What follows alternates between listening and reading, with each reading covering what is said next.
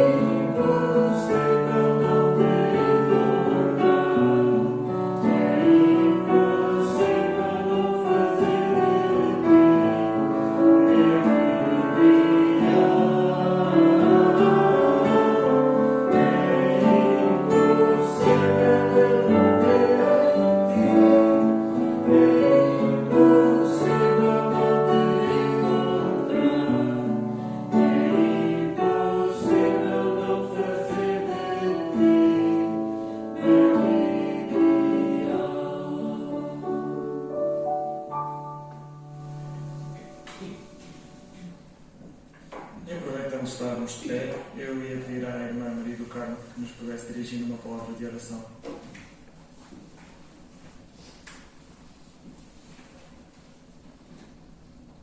Nosso Deus e nosso Pai Celestial, na Tua presença estamos mais uma vez neste dia. Louvamos pelo Teu amor e a Tua fidelidade para connosco. Obrigada por podermos estar aqui. Tu nos tens dado vida, nos tens dado forças, nos tens dado saúde e assim, mais uma vez, podemos estar na Tua presença e neste culto. Obrigado, Senhor, também por os Teus jovens. Continua a abençoá-los, a dar-lhe força e ânimo para continuar este trabalho, pois, na verdade, eles precisam da Tua ajuda para continuar a Tua obra que foi começada e continua também para a frente. Obrigada, Senhor, porque, na verdade, Tu és o nosso melhor amigo, Tu és o nosso Deus, não temos outro bem além de Ti. Obrigada por teres cuidado de nós a cada momento. E tudo o que nos acontece, Senhor, sabemos que é a Tua mão que está sobre nós. Mas Tu és o nosso ideal, na verdade, Senhor, que nos salvaste um dia, ainda jovens, e assim nós continuamos firmes e fiéis a Ti. Por isso te rogamos por estes Teus jovens e por este culto de jovens realizado por eles, Senhor. Continua a abençoá-los. Abençoa também cada irmão que vai ouvir esta reunião e que possam, juntamente com eles e nós, estarmos em comunhão e poderem, assim, ficar alegres e felizes, porque apesar das dificuldades e a situação, todos juntos, na mesma comunhão, e louvamos e bendizemos o Teu nome.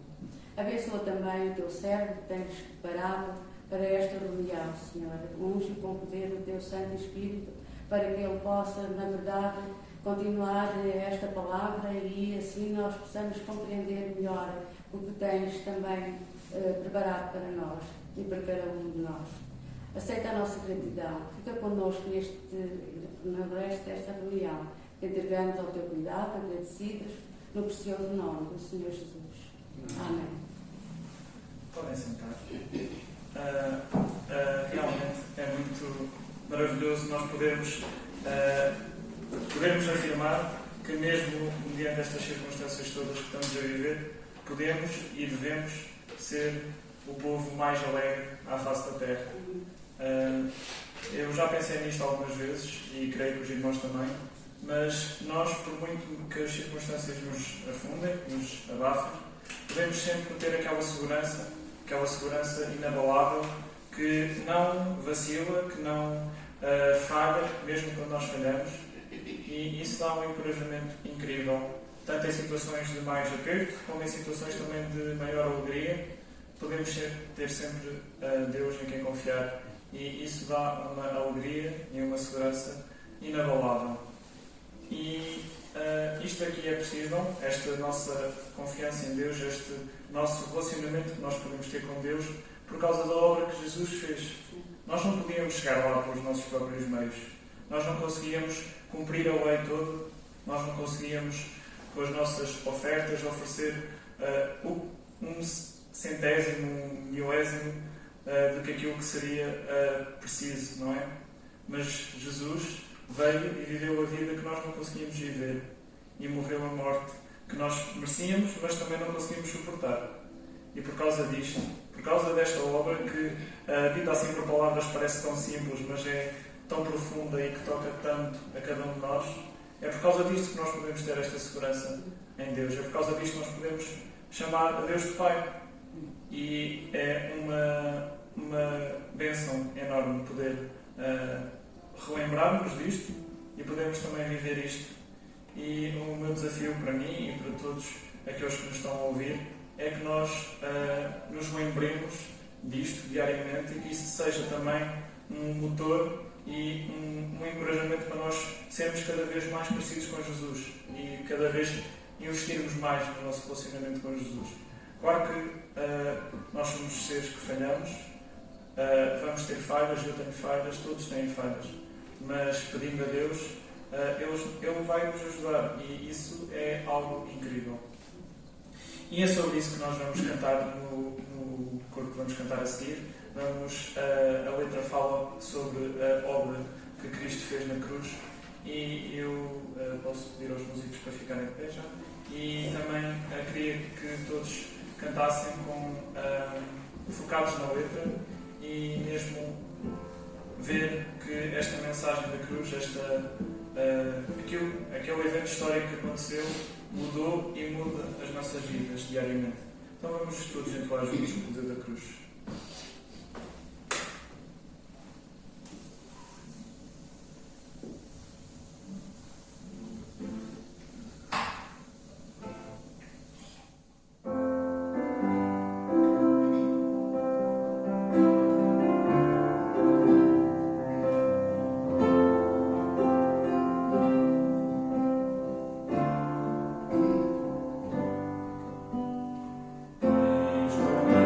Os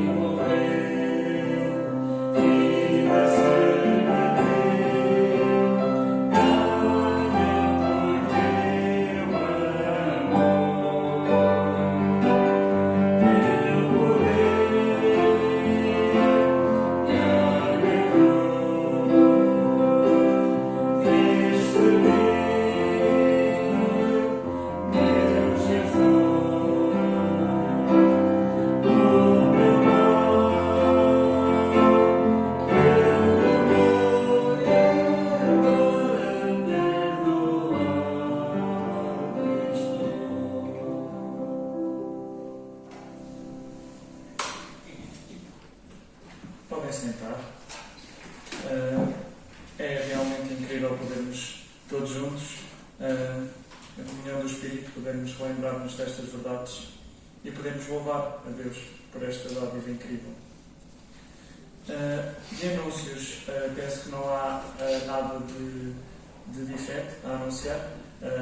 Eu quero apenas relembrar os pedidos de oração que têm ainda a ser feitos, todos os irmãos e irmãs que necessitam das nossas orações, e que é sempre bom, como igreja, lembrarmos dos nossos irmãos e irmãs que se encontram em situações mais debilitadas ou que necessitam de mais ajuda, e não só sermos prestáveis e darmos a nossa ajuda quando possível, mas acima de tudo confiar em Deus e entregar a Deus estas vidas que nos são tão queridas, que não nos esqueçamos de fazer isso. Eu sei que às vezes é difícil porque temos tanta coisa para fazer, mas que nos possamos lembrar destes pedidos de oração. Então, prosseguindo com o nosso culto, vamos entoar mais um coro antes de ouvirmos a mensagem que Deus tem para nós nesta manhã. Vamos entoar juntos o coro Magnificamos ao Senhor, e que possamos fazer isto com uma alegria no nosso coração, porque estamos a exultar e a dar glória ao Deus do Universo, ao Deus Criador de todas as coisas, que quer ter um relacionamento com cada um de nós. Portanto, façamos-lo com o coração alegre e que possa ser um bom tempo de louvor, que possamos realmente, de forma verdadeira, adorar o nosso Deus. Então vamos cantar este coro Magnificamos.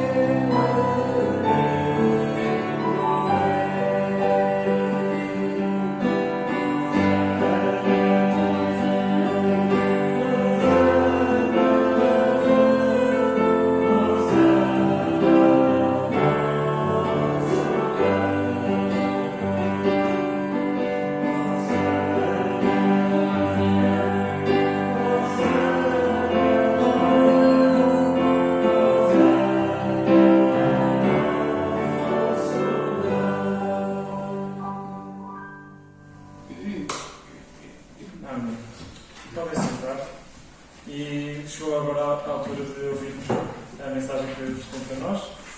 Eu vou só aqui desinfetar isto e já chego.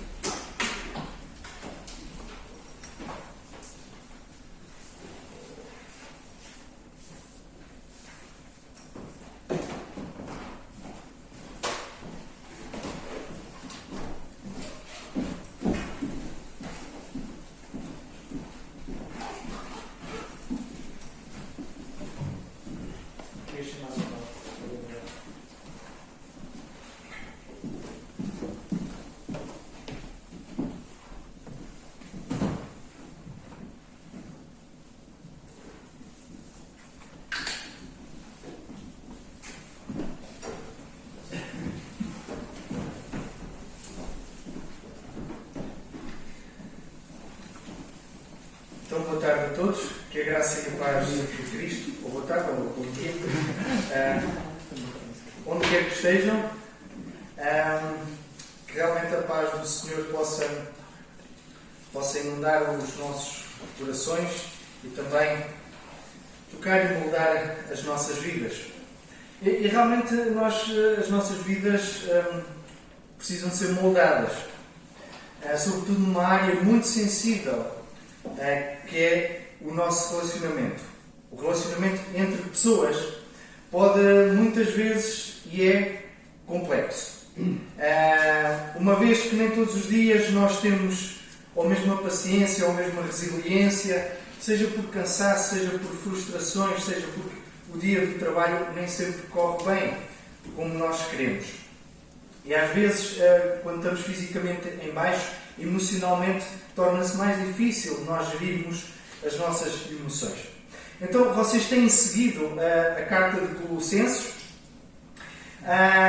e provavelmente já estarão dentro do contexto, mas volto a sublinhar que Colossenses é uma carta que foi escrita efetivamente por Paulo aos cristãos em Colossos para encorajar os cristãos no seu crescimento e na sua maturidade espiritual. Assim como lançar alertas para o ensino de falsas doutrinas que estavam a começar a infiltrar-se nas igrejas. Os falsos mestres estavam a ensinar que para se ser um verdadeiro cristão, para ter a certeza da salvação, não bastaria seguir Jesus. Eram também necessárias outras regras que esses falsos mestres criaram. Ou seja, era preciso adicionar alguma coisa mais, além do Evangelho de Jesus. Paulo veio em defesa do Evangelho e disse claramente que isso era errado. Não é necessário acrescentar nada àquilo que Jesus fez. Viver de uma certa maneira, vestir de uma determinada maneira, comer ou beber, ou deixar de comer ou beber isto ou aquilo, fazer determinadas coisas, até por mais boas e bem intencionadas que sejam, nunca podem ganhar a nossa salvação. Nunca. A nossa vida não é uma grande batalha em que nos esforçamos para ganhar contra o pecado para que, no fim, nós sejamos salvos por isso. Não há nada que nós possamos fazer para merecer a salvação. O Evangelho diz que nós somos incapazes de alcançar a nossa salvação. Somos incapazes por nós próprios de lutar e vencer o pecado. Mas o facto de que não há nada que possamos fazer para ganhar a nossa salvação não significa que não demos importância à forma como vivemos. Isso porque o Evangelho que nos salva é também o Evangelho que nos chama a vivermos uma vida em obediência a quem nos comprou, a quem se sacrificou por nós, a quem nos resgatou do domínio do pecado, da escravidão do pecado. Chamou-nos de uma escravidão para passarmos a sermos seus servos, seus filhos.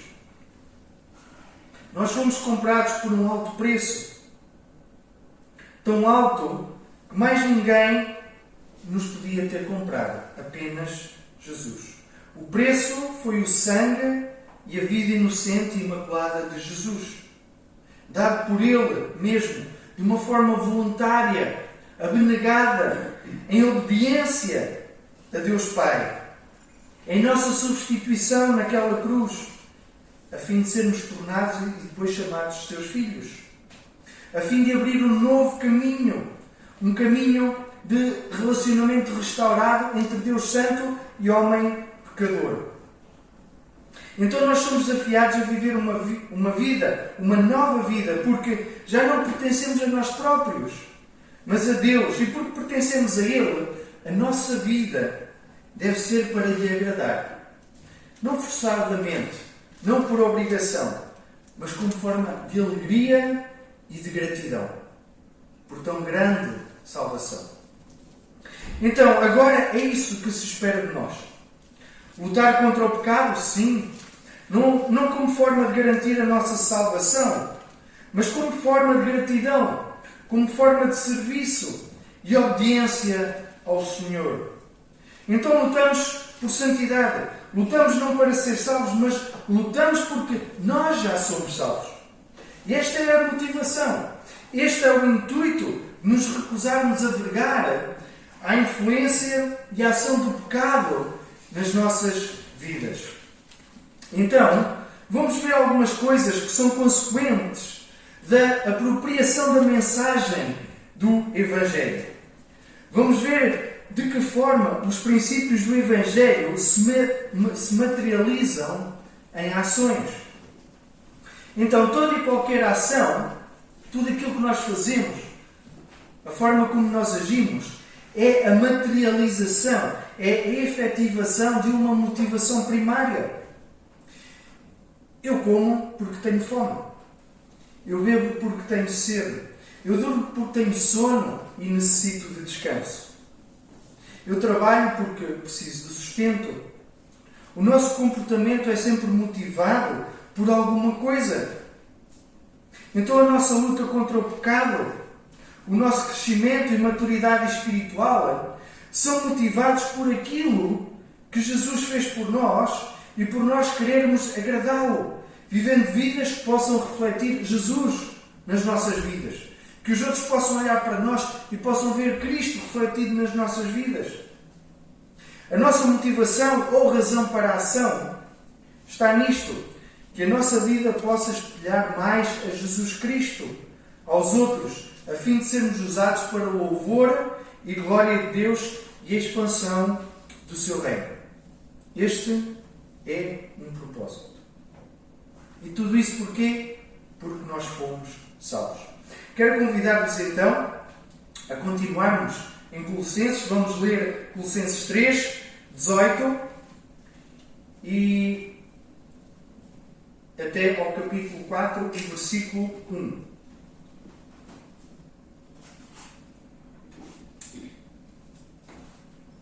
Colossenses 3, versículos 18 até ao capítulo 4 e versículo 1. Diz assim: Esposas, sede submissas ao próprio marido, como convém no Senhor.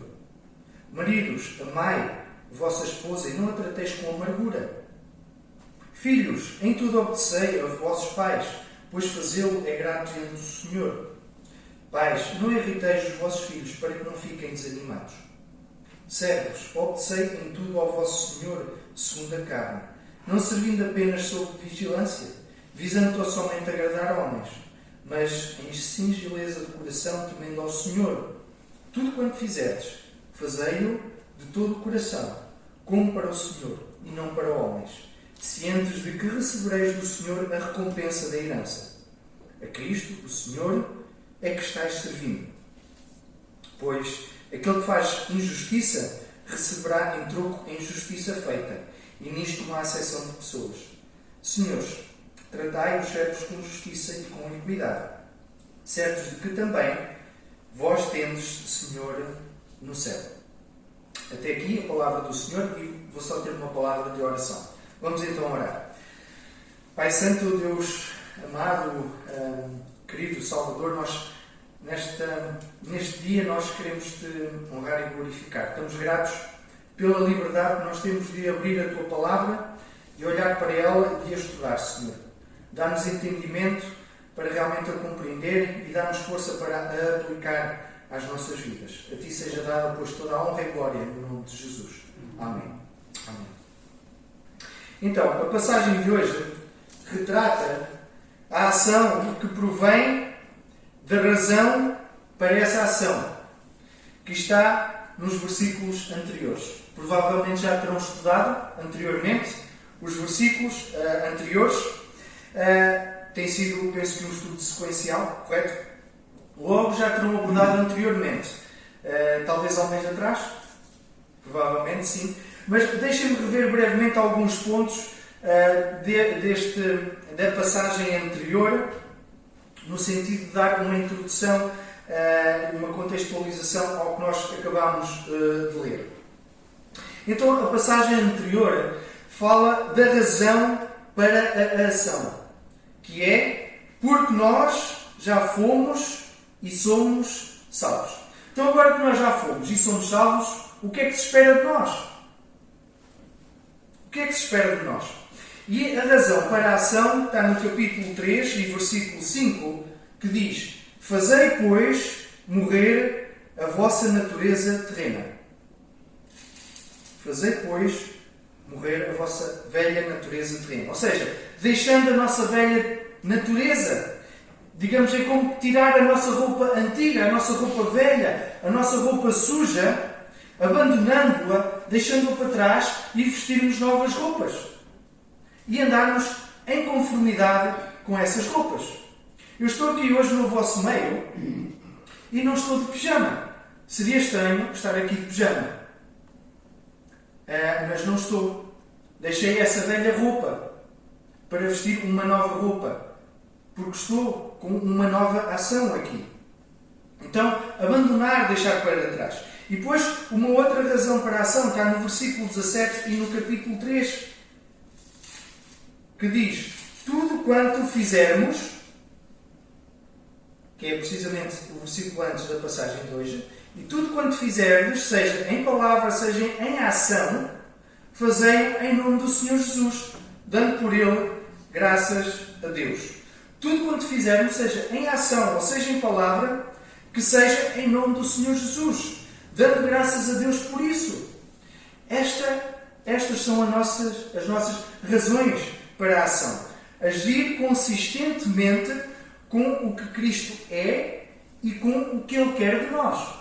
Esta é a nossa razão para a ação. E depois também no capítulo, na passagem anterior, nós temos o padrão para essa ação. Que é, somos desafiados a revestir-nos, certo? Mas a revestir-nos de quê? No versículo 12 do capítulo 3. Revesti-vos de quê? De ternos afetos, de misericórdia, de bondade, de humildade, de mansidão, de longanimidade. É este o padrão para a ação. Também no versículo 13. Suportai-vos. Perdoai-vos. No versículo 14. Acima de tudo esteja o amor, que é a força motivadora para a ação.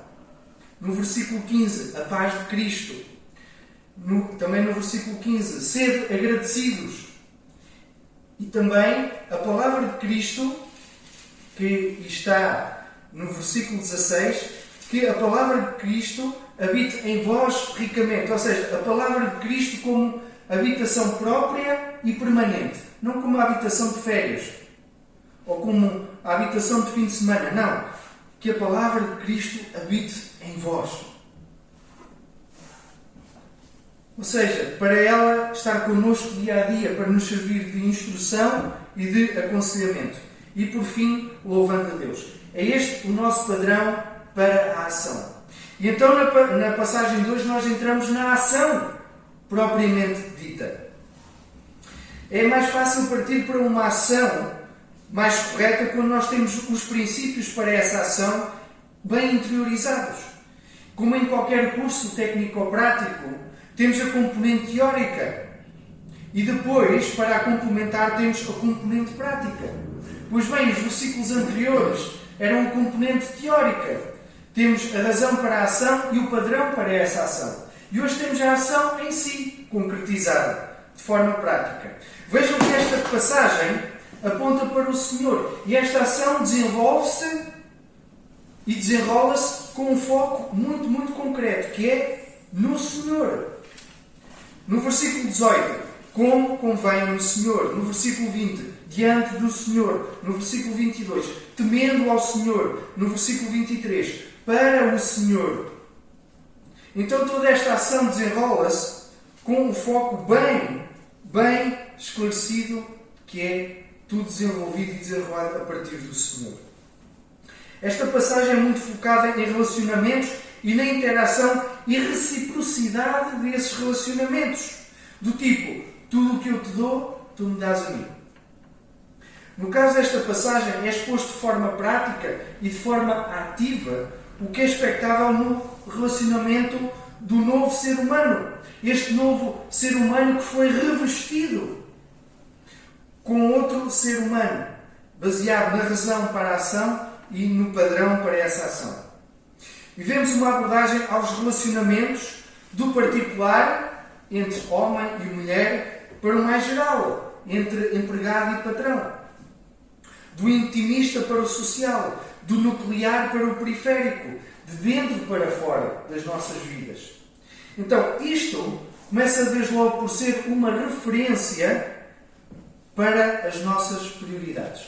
Logo como estabelecemos prioridades nos nossos relacionamentos. E como é que começam? Precisamente entre homem e mulher, entre marido e esposa. A direção é claramente de dentro para fora. E estes relacionamentos são baseados em quê? Na reciprocidade, que está aqui bem patente. Esta passagem não discute quem é mais importante. Se é o homem, se é a mulher, se é o filho, se é o pai. Todos têm igual valor nesta passagem. E em qualquer outra. Esta passagem não discute quem é mais importante. Todos são importantes e há igualdade no valor. Sabem porquê? Porque no novo homem, olhando para o versículo 11 do capítulo 3, o que é que diz? No qual não pode haver grego nem judeu, circuncisão nem incircuncisão, bárbaro, cita, escravo, livre. Porém, Cristo é tudo em todos. Nós somos igualados perante Cristo. Não há quem seja mais importante nem menos importante. Somos iguais. Homem, mulher, pais, filhos, servos, escravos ou senhores, ou empregados e patrões. Aos olhos de Cristo somos todos iguais. Vocês querem maior igualdade do que esta? Hoje, quando se fala tanto de igualdade, igualdade de género, igualdade de oportunidades, igualdade disto, igualdade daquilo. Quando a Bíblia fundamenta tudo isso desde há milénios. Deus não faz acepção de pessoas. Aos olhos de Deus nós somos todos iguais. Contudo, há funções que são diferentes. Mas o valor entre as pessoas é igual. Os homens querem é ser reis uns dos outros. Mas isso está errado. Porque rei é só um, que é Cristo. Quem lidera verdadeiramente quando serve. É esse o padrão do cristianismo. Ele lidera, não é quando usa e abusa, mas é quando serve. E olhem, liderar tendo em conta a noção do peso das consequências que se tem nessa decisão, não é fácil. Não é fácil. E por isso, nós começamos com um cônjuge, com quem há maior intimidade, com quem supostamente o amor é mais efetivo. Há mais partilha, há mais cumplicidade. E começamos neste relacionamento entre marido e mulher. Logo, aqui há um verbo que causa bastante prurido na nossa sociedade, como a que vivemos hoje, que é logo, esposas, sede submissas ao vosso próprio marido. Mas que escândalo! Que escândalo! Se houver aqui alguém de esquerda, de bastante esquerda, isso deve causar uma grande indignação. Onde é que está a igualdade de género? Vem logo a questão. Onde está a igualdade de oportunidades? Quem disse? Mas quem disse que o valor das pessoas está relacionado com as funções que desempenham? Quem disse? Quem disse que o valor está relacionado com o valor do salário? Quem disse? Essa não é a posição bíblica. Por acaso os padrões de Deus serão os padrões que o homem estabelece? Por acaso é o homem que impõe as suas leis e as suas vontades a Deus para que Deus se submeta? O que é afinal a submissão? E o que é que não é submissão? Sabem uma coisa? Entre duas pessoas não pode haver democracia. Porque são duas pessoas. Não há democracia. Tem que haver entendimento. Ou estão juntos, ou estão separados. Porque é ali um 50-50. Se um quer peixe para o jantar e o outro quer carne, como é que isso vai resolver? Vai-se comprar marisco? Ok. Mas não pode ser marisco todos os dias, senão fica caro. E o marisco em si também não é muito bom para a saúde. Bem, pode ser vegetariano. Existe vegetariano. Vegetariano não puxa carroças, não é? Como se costuma dizer. Bem, dado o impasse, vamos acabar por ficar com uma sopa, com uma fruta, vá, e pode ser um ovo estrelado. Bem, isto é para dizer o quê? É que entre os dois, entre marido e mulher, entre os dois, alguém tem que decidir. Entre duas pessoas, há alguém que tem que decidir. E isto do jantar é apenas uma coisa corriqueira, não é? Mas há coisas que exigem maior responsabilidade, maior reflexão. A mulher submeter-se não quer dizer que ela seja inferior. A mulher submeter-se não quer dizer que não dê a sua opinião. A mulher submeter-se não quer dizer que não persuada o marido e que o faça ver as coisas de outra perspectiva. Aliás, é de salutar que isso aconteça. Para que alguém no final dê a palavra. Tome a decisão final. Sendo que uma coisa é certa, a responsabilidade é sempre de quem toma a decisão. É uma questão de ordem que estamos aqui a falar. E não de domínio. E quando vemos as coisas por essa perspectiva, não de domínio ou de importância de funções, mas numa perspectiva de ordem nas coisas, nós começamos a entender melhor. E as coisas tomam-se e entendem-se de uma perspectiva mais aceitável. Humanamente falando, claro está. Mas certamente, se tivermos presentes os padrões descritos na passagem anterior, que são as razões para a ação e os padrões para essa ação, muitas decisões, muitas tomadas de decisão serão certamente facilitadas. Stuart Scott disse: marido, você que busca obedecer a Deus, ore para que Ele desenvolva em seu coração o amor de que a Bíblia fala. Procure encontrar meios de demonstrar esse tipo de amor à sua esposa e muito provavelmente ela reagirá com grande entusiasmo. Certamente que havendo reciprocidade, porque relacionamento é reciprocidade. O marido que ama a sua esposa e que ela se sinta amada, isto envolve também ir além daquela noção telenovelesca que é eu amo você.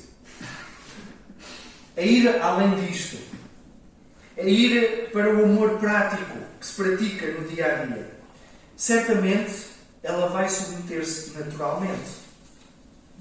Uma coisa que é necessário clarificar: Paulo não está a considerar as mulheres inferiores. Ele simplesmente está apelando a que haja uma ordem na sociedade cujo princípio e exemplo é apoiado no próprio Deus. Vejam Deus Pai, Deus Filho, Deus Espírito Santo. São os três um só, mas contudo há uma ordem estabelecida. Deus Pai, Deus Filho, Deus Espírito Santo.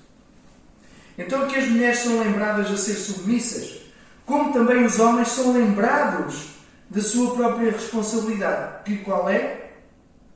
Amar as esposas. Maridos, amai as vossas esposas. E Paulo faz aqui uma analogia a Efésios 5, entre Cristo e a Igreja. Cristo ama a Igreja e a Igreja obedece a Cristo. É este o padrão, é esta a ordem que está estabelecida. Não é o contrário. Não é a Igreja que ama a Cristo e que Cristo obedece. Esta é a visão do Evangelho da prosperidade.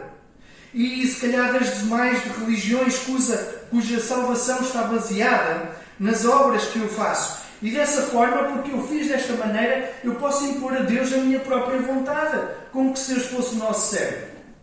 E não é nada disso. Há uma ordem pré-estabelecida. Desde a eternidade passada. Deus Pai, Deus Filho, Deus Espírito Santo. Desde o Éden.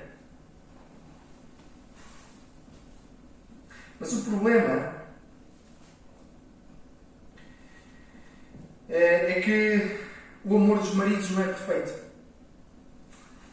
E o amor das esposas também não é perfeito. E apesar de salvos, nós somos assolados pela velha natureza. E devemos ter consciência disso, para lidarmos e entendermos o porquê de haver os dias mais cinzentos. Então olhemos novamente para a razão e para o padrão da passagem anterior. Olhemos também para o supremo exemplo de amor, o amor de Cristo, que é a nossa verdadeira referência. O amor de Cristo é um amor sacrificial. Cristo amou a Igreja e a si mesmo se entregou por ela. Cristo comprou a Igreja com o seu próprio sangue. O amor sacrificial tem um alto preço. De que forma, enquanto marido e mulher, podemos espelhar um ao outro as exigências desse amor? Sacrifício envolve abrir mão de alguma coisa sua em prol de alguém. Como, por exemplo, abdicar tempo, usar palavras afáveis, atenção, o toque, dar um presente.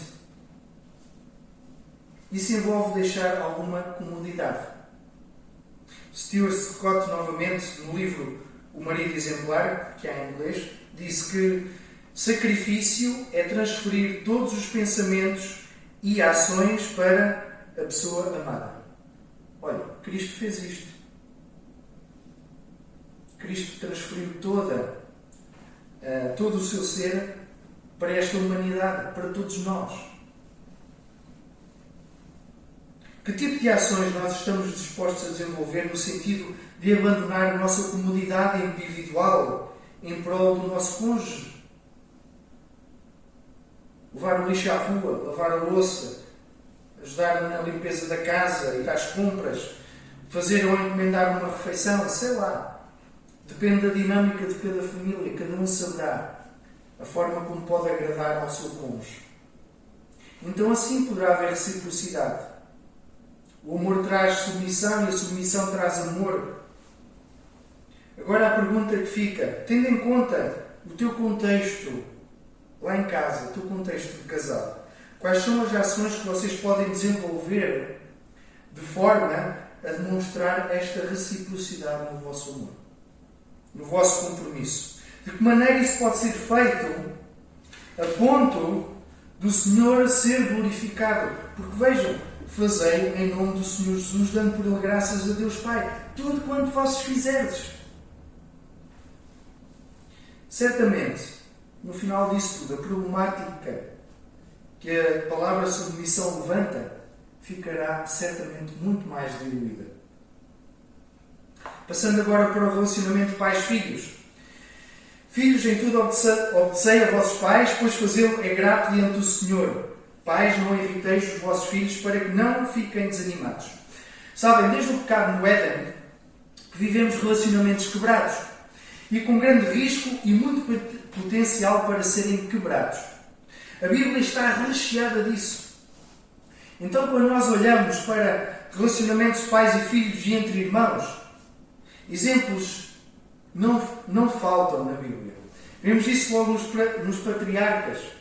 Abraão, Isaac e Jacó. Vemos nos reis. Vejam a sua relação, vejam a relação de Davi com Absalão. Vemos na vida hipócrita dos israelitas que Jesus desmascarou com toda a sua falsa religiosidade. Vemos hoje nos problemas que há em heranças, em testamentos. E veremos também no futuro quando a palavra de Deus diz que nos últimos dias os filhos virar-se-ão contra os pais e os pais contra os filhos. Relacionamentos quebrados. Logo estes que seriam até dos que esperaríamos ser mais chegados. E por causa do pecado, sabem, Jesus foi abandonado por seu Pai na cruz. Eu vou ter sempre, e é importante nós termos sempre Jesus como referência, como foco. Jesus sentiu profundamente o abandono por parte do Pai, como resultado da ira de Deus sobre ele, como substituto de nós, pecadores. Deus o Pai, usando o princípio da imputação, tratou Cristo como se fosse um pecador, embora não o fosse, e o fez morrer como um substituto nosso lá na cruz, a fim de pagar o castigo pelos pecados daqueles que creem nele. Não, ele não se tornou um pecador, mas assumiu o lugar de pecador. Foi tratado como se fosse um pecador e foi votado ao abandono. porque não há comunhão entre Deus, que é santo, e o homem, que é pecador. Mas por se sentir abandonado, desistiu quando tinha o poder de sair na cruz? Quando tinha a oportunidade de fazer algo espetacular à vista de todos? Não.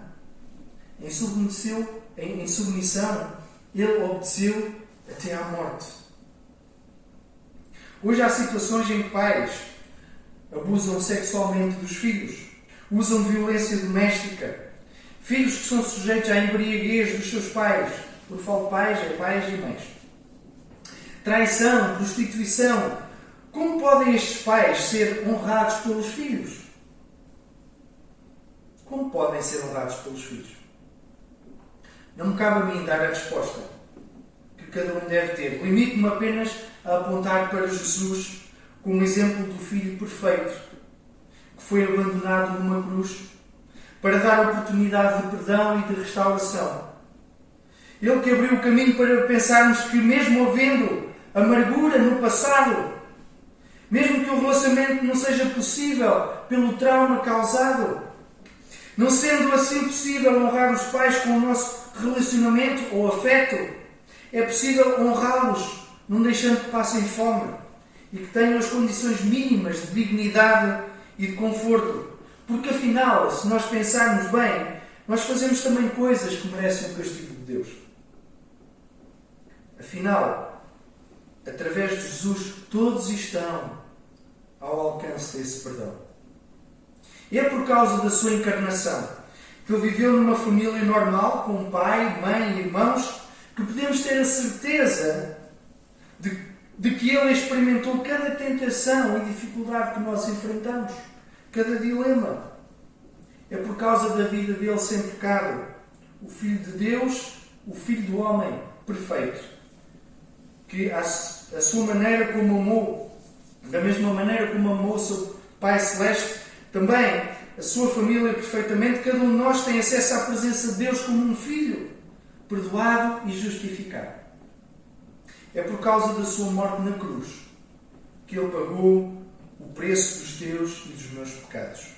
Jesus, o Filho de Deus, o Filho do homem perfeito, também ressuscitou e por isso conquistou a morte e o poder do pecado para nos libertar da escravidão da nossa antiga natureza, da nossa antiga maneira de fazer e pensar as coisas. E nós podemos mudar porque Ele ressuscitou, venceu a morte. E por isso nós podemos ter nele descanso. Podemos ser aperfeiçoados nele e por Ele. A paternidade termina quando entramos na eternidade. Se somos cristãos, nós podemos confiar plenamente que Deus nunca deixará de ser nosso Pai. O Pai que nunca desilude e tem tanto para nos ensinar. Ele prometeu: nunca te deixarei nem te desampararei, independentemente das circunstâncias. Ele vai proteger, vai sustentar, vai perdoar. Ele é o Pai eterno e misericordioso. Podemos descansar nos seus braços. Vale a pena ser seu filho. E porque vale a pena ser seu filho, vale a pena nós cultivarmos e aperfeiçoarmos os nossos relacionamentos entre pais e filhos, tendo como referência Jesus, o Filho do homem e o Filho de Deus perfeito. E por fim, falando de servos e senhores, Paulo, ao falar de servos e de escravos, ou de escravos e senhores, é semelhante aos dias de hoje falarmos de empregado e patrão.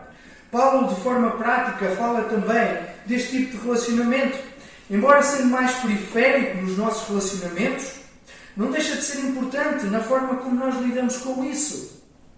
Porque é possível glorificar a Deus no nosso trabalho, seja como empregado, seja como patrão.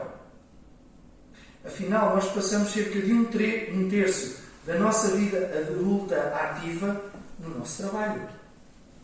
Os empregados são desafiados a trabalharem de forma autêntica, com responsabilidade, fazendo o seu melhor, como se estivessem a trabalhar para o Senhor. E voltamos novamente: em tudo quanto fizerdes, seja em palavra, seja em ação, fazê-lo em nome do Senhor Jesus. Novamente o Senhor como foco, como referência na nossa vida. Sabemos que isso por vezes é uma relação tensa entre empregado e patrão. e especialmente porque o patrão não está satisfeito com o desempenho do empregado, ou seja, porque o empregado não está satisfeito com a remuneração que tem, com as férias que tem, com a maneira diferente e injusta como é tratado em relação aos seus colegas de trabalho pelo patrão. Imbróglios são imbróglios e mais imbróglios no ambiente de trabalho.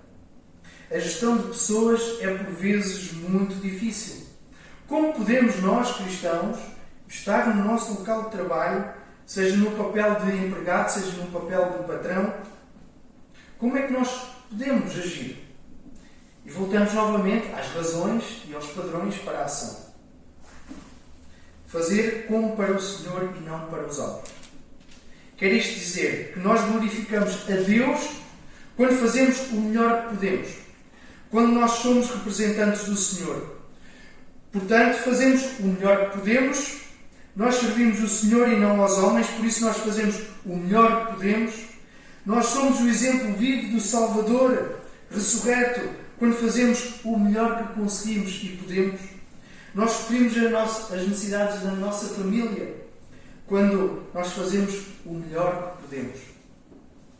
Olhando para Jesus no contexto de trabalho, deixo algumas aplicações práticas, independentemente de seres empregado ou patrão. Dispõe-te a teres uma atitude de servo. E isso é difícil, porque mexe com o nosso orgulho. Seja empregado, seja patrão. Dispõe-te a favorecer os outros. E isso é difícil, por causa da inveja. Dispõe-te a elogiar outros. Isso é difícil, por causa do ciúme. Dispõe-te a incentivar outros. E isso é difícil, por causa da competição. Dispõe-te a pedir, em vez de mandar. Dispõe-te a oferecer, em vez de tomar. Um dia, nas nossas vidas, como nós iremos ficar conhecidos? Entre os nossos queridos, entre marido e esposa, entre os nossos pais e os nossos filhos, nos nossos colegas de trabalho, no seio familiar, de amigos de trabalho. Um dia, como é que nós vamos ficar conhecidos? Que o nosso legado possa ser: viveu relacionando-se com os outros de uma maneira que glorifica a Deus. Realmente Jesus possa ser a nossa referência, onde quer que nos encontremos, o que quer que nós façamos, que seja para a sua honra e glória. Que Deus abençoe.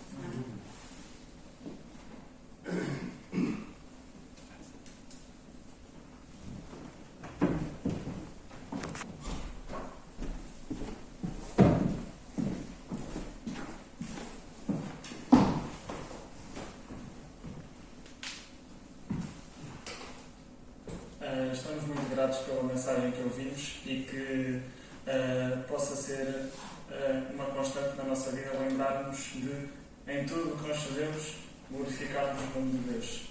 Que seja um desafio que todos, durante esta semana e durante o resto das nossas vidas, levemos nas nossas casas. Temos terminado o nosso culto. Agradecer ao Daniel a disponibilidade e agradecer também a todos vocês por podermos juntos cultuar o nosso Deus e agradecer o seu nome. Eu agora, para terminar, queria pedir ao meu tio que pudesse nos dirigir uma palavra de oração para concluirmos o nosso culto.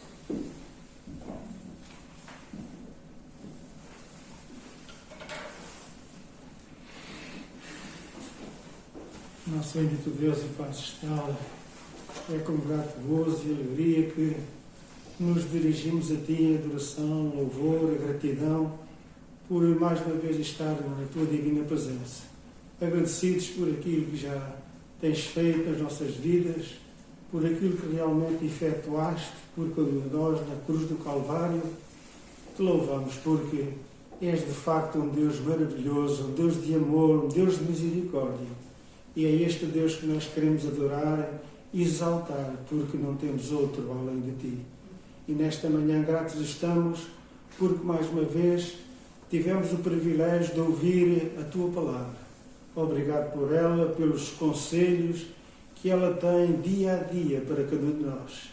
Que de facto cada um de nós possa ser submisso a cada um de nós, àqueles que nos rodeiam, aos nossos familiares, aos nossos filhos, aos nossos pais, que realmente possamos fazer isto porque Tu Te agradas, assim, do Teu povo, porque de facto Tu foste submisso até à morte, dando a Tua própria vida em resgate de pecadores aos Teus olhos, distraídos, longe de Ti, mas mesmo assim Tu nos amaste e deste a Tua própria vida.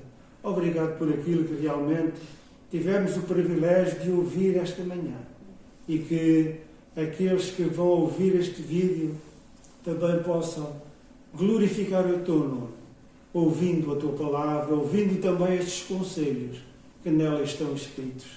E agora que vamos para os nossos lares, dirige cada um de nós que realmente nada de mal possa acontecer e que ao chegarmos possamos dizer obrigado, Senhor, por aquilo que tens feito por cada um de nós. É isto que nós queremos e nos queremos entregar nas Tuas mãos, em nome do Senhor Jesus. Temos chegado ao final de mais um culto. Que Deus vos abençoe e mantenham-se seguros.